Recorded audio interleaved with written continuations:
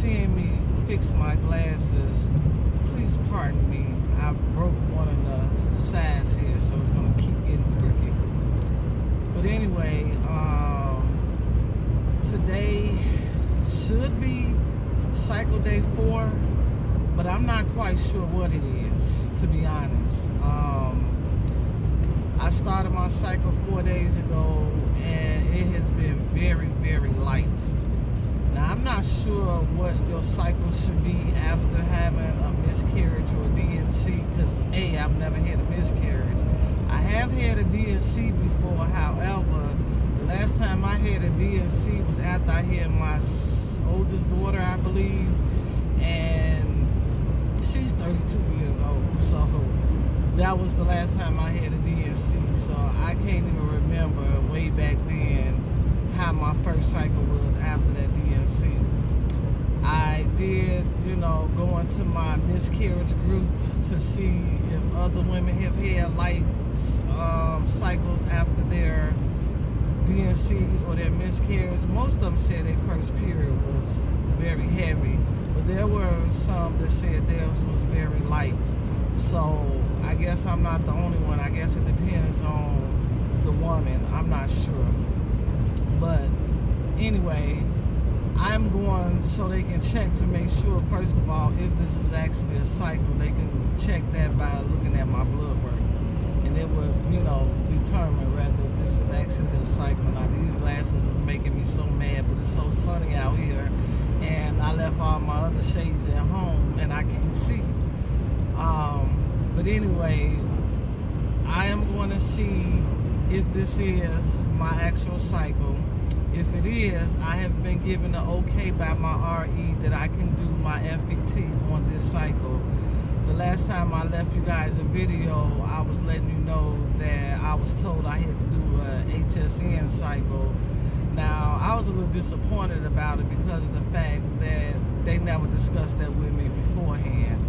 However, I did learn from other ladies in the clinical group that they do a HSG, and one lady said hers was done because her insurance required it. Another one said hers was done because her doctor wanted to make sure she did not have scar tissue after the DNC.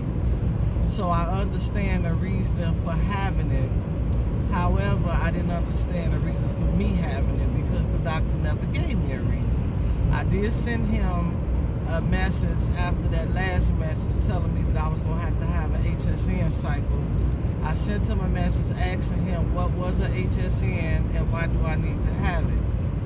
He never responded, even though I knew an HSN was a water cycle. I wanted to hear him say it. He never did respond and let me know what an HSN was and why I specifically needed to have it. He just said, don't you want to give your body a chance to heal? And from everything that I read, after having a miscarriage, you don't have to wait to go through with another pregnancy. You don't have to wait. You can move on trying right with the next cycle or even before the cycle. So why am I giving my body a chance to heal? Well, his concern was the fact that my hemoglobin was so low. Well, my hemoglobin have climbed back up. My primary care has actually been keeping up with my hemoglobin. Okay, there's no sun this way, so I'm gonna get rid of this. My primary care has been keeping up with my hemoglobin, and my hemoglobin has been climbing back up to the normal range. So there's no concern there at all for me. So I'm not sure what his concern is. And I told him, we don't have a concern with the hemoglobin. My doctor doesn't have a concern with the hemoglobin. She actually told me, keep up the good work, that the hemoglobin is getting back to stabilizing, and I'm proud of you. So I'm like, I don't have a concern with the hemoglobin, so what's your concern with the hemoglobin? He just said, okay, if you don't want to do it, then we don't have to do it. We can just go ahead and move on with the cycle. Okay, fine, that's what we're going to do then, because I'm not getting any younger. As you can see, I'll be 49 years old in July. So I'm like, I'm ready to get this done and over with. Plus, I got travel plans. You guys know I do not sit still. I love to travel. That has always been my passion, to be able to travel the world, and wherever I see fit, I'm going. Corona have not stopped me yet, and Corona is not going to stop me. And I've been tested positive for coronavirus, but it didn't have anything to do with traveling. So anyway, I am going to see if this is going to be a cycle to move forward with the FET. Now, I did do some research about why my cycle was so light. I mean, because like the first day it was really light, the second day it was a regular flow, the third day it was barely nothing, and today being the fourth day is barely nothing.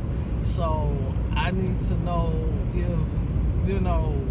if this is a real cycle, why is it so light? Now, the reason why I believe it is a real cycle is because about a week and a half ago, I showed signs of ovulating. Now, I did not take an ovulation test, so I don't know if I actually ovulated or not. However, I know the signs of ovulation. A, I always get sore boobs as I get close to ovulation. B, I always have cervical mucus as I get close to ovulation. So I had the sore boobs along with the cervical mucus, and then on top of that, I had cramping only in one spot of my uterus, and that was on the right side, and that's the only side I can ovulate from because I don't have a left ovary. So I do believe that I did have ovulation. Now, whether I actually ovulated or not is another question, but I do believe that that was the time that I should have been ovulating. And so when I calculated that time, I knew that somewhere around this week I was going to start my cycle. So all of that just happened right on schedule. So for me, I believe this is a real cycle. My concern is that it's so light. When I did the research, I came across what is it called? If I think of it, I'll put it in down here. But it's that it's when you have scar tissue. I know it starts with an 8, but it's when you have scar tissue after a DNC. So now that the doctor have decided he still is going to do. Oh, I didn't even tell you that. So when I called in and told them that I started my cycle, they told me I was going to have an HSN cycle. Now, the last time I talked to the doctor, he told me if I didn't want the HSN, we didn't have to do it. But then, when I called in and reported my cycle, they told me that I was going to have an HSN cycle. So, I was like, what's an HSN cycle? She going to get back with me and say, a cycle, we're going to do the HSN inside the cycle. So basically, she just said the same thing, but just kind of rearranged her words. Still didn't tell me what an HSN cycle meant. So I had to, be specific myself and respond back to her and say, are you saying that I'm going to have the HSN and the FET in the same cycle? And she said, yeah, you're going to have the HSN and the FET in the same cycle. Okay. I don't know how that's going to work out, but okay. So, I didn't, get upset about it. I actually felt like that was a good idea considering how light this cycle is, because when I did the research and I found out that you can have scarring after a DNC, they say one of the signs to having scar tissue after a DNC is if you have a very light cycle or no cycle at all. So that is what's scaring me, is the fact that I have a very light cycle, and the scarring can either be in the uterine or it can be in the cervical area. And I do know that my gestational sac was stuck in the cervical area, so that is where she had to scrape the remains of the baby out of me in order to clear me out when she did the DNC. So it's very possible that I can have scarring in that area, but I won't know until I have the HSN. So I done stopped bitching about having the HSN, decided to go ahead and let this play out because it may be in my best interest. I may do have about scarring. I'm not going to try to speak that into existence because I'm hoping everything goes well and I can move on with this cycle. Now, once I get notice that this is an actual cycle and I am going to go in for my HSN, I will keep you ladies updated so that you'll know where I'm going from here to see if I'm going to be transferring sometime in February. Now, I'm not sure.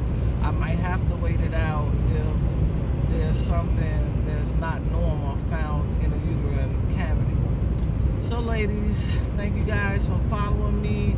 Those of you who have just crossed by and just came across my video, don't forget to like and subscribe. I am so gracious to have you ladies on board, gentlemen too, if you are on board. I'm so happy to have you on board sharing this journey with me. I love sharing the journey with you ladies. I love following your journeys. I follow you ladies all the time, and most of you know because I sometimes, you know, make a comment, sometimes I don't, so don't kill me if I don't. Sometimes I just hit the like button, and that's most time because I'm watching the video in my bathtub and I don't want to make a mistake and drop my phone. Even though I got the phone that is waterproof, I still don't be wanting to make a mistake and drop the phone, so I just hit the like button instead of leaving a full comment. But yeah, and then a lot of you ladies, I follow you on Instagram, so I pretty much been commented into whatever you posted on Instagram, because sometimes we tend to post updates on Instagram before we get to our YouTube channel. I also have an Instagram page. It's called @RoadToIVFBaby2. @Road2 IVFBaby2. I will be talking to you guys later to let you know what will be my next step for this cycle, I guess that's what you want to call it. See you later. Hey ladies, I am back. So I got my first what they call it, follicular stage monitoring blood work back, and my ultrasound showed a cyst on the right ovary. The nurse said that wasn't a big deal since I'm going for a FET. If I was going for a IVF retrieval, that would be a big deal, and they will have to monitor it to see if it go away, and if it don't go away, they will have to cancel the cycle. But for FET, they said they don't bother. I'm concerned though, however, because as you guys remember, I had a cyst with my left ovary when I was going through IVF, but at that time I was going through IVF and not a FET. So the medications that I was taking may have made the cyst get larger and turn into a tumor, and then I had to have that tumor removed, which also took my left ovary with it. So I really don't want to have to go through that again, because I only got one ovary left. So I really want them, and I really need them to monitor the cyst and make sure that it goes away. I'm not really on hormone therapy besides the estrogen. I haven't even started the progesterone yet, because you don't really start progesterone until you're ready to do the FET. And at this point, I'm not sure if I'm going to be able to do an FET this cycle, because again, I'm waiting to see what my sonogram, my water sono, is going to show, whether the uterine cavity is cleared and nothing is left behind from the miscarriage. But my estrogen level check was fine, so it does show that I'm in the normal range of where I should be when I start my cycle. So maybe this was a cycle, it was just extremely light because it was my first cycle after my miscarriage. However, I'm 48 years old, so I'm at a point where I am getting close to menopause. I expect more light cycles to come. I actually just learned that they had did a October. It's funny because I missed it when I looked at my results. I didn't ever see an FSH result on there. And a couple days ago when I went into my portal to look up an old result to my LH, I saw that an FSH was done on me. Now, when I was going through this process with Pebbles, my FSH was like around 6 point some, 7 point some, which is where they like to see it when you're going through IVF, especially when you're using your own eggs. But the higher the number is, the closer you are to getting to menopause. So the one that they did back in October was like 16.7. So that's close to 20, which means I'm getting close to menopause. So as a result, I'm probably going to have a whole lot of abnormal cycles. As long as they're not heavy, I am okay with that. I'm hoping that the DNC also corrected whatever issue I was having before I got pregnant this last time that was causing my cycles to be very heavy. So I'm hoping that the DNC corrected that, and all of my cycles going forward, hopefully after I'm pregnant, all of my cycles going forward is going to be light to normal. So all I gotta do now, ladies, is have this water sono done. If the water sono shows that I'm okay to have a FET, it's a go. And I should be expected to have that in another couple of weeks. So fingers crossed, ladies. Keep me in your prayer. And shout out to those who are still in this for the win. Shout out to Miss Tanika, Simply Tanika. She is going through a donor egg cycle, and I'm happy for her, and I hope everything works out for her. Any other lady out there that's also going through this process, I know there's another lady I'm following on my, and I'm sorry because I'm really bad with names, following me on my journey as well. She's also going on her donor egg cycle as well. So I am praying for you ladies. You know, we letting them know that 40 and above, you can still have a child. You know, there's ways to have kids. It may not be the way you wanted to have it, but if you want a child, there are ways to have it. So I'm glad these ladies is on that donor egg journey, because it is a blessing from God, whether you think so or not. I'm praying for you other ladies who's on your own journey. Praying for that big fat P for you. Praying for whatever outcome that you're looking for, whether you're trying to have a baby, adopt a baby, adopt an embryo, whatever it is that you're trying to do to make you happy. I am praying that 2021 brings you joy and peace and love in your heart. And so I'm excited, ladies. I'm hoping that this work out for me, because I don't want to keep going through this. I'm not getting any younger. That miscarriage I had really woke me up. I've never had a miscarriage before, so now I can't say I never had it before, because now I've had one. I know what it's like to have one. I may not have reacted like some women do when they have a miscarriage, but the pain is still the same. I often think about what he or she would have been. I often think about how many weeks I would have been if I had not lost my sticky bean.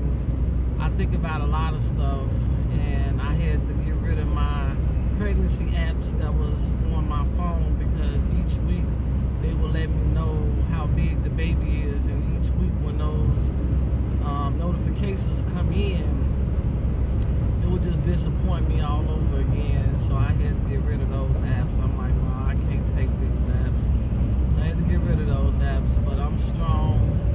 I love my baby regardless. I know 6 weeks is not a long time to bond with a baby, but it was still my baby, and I don't have he or she. So that's my little angel up in heaven, whom I shall see again. Love you, ladies. Thanks for joining me. Don't forget don't forget to subscribe and click the notification button whenever you want to hear about any of my updates. I'm going to try to update you as much as possible. At this point, ain't a lot really going on, so I'm not doing a lot of updates, but once things start kicking and rolling, you'll hear from me more. I'm on this road, so I'm trying to keep my eye on the road.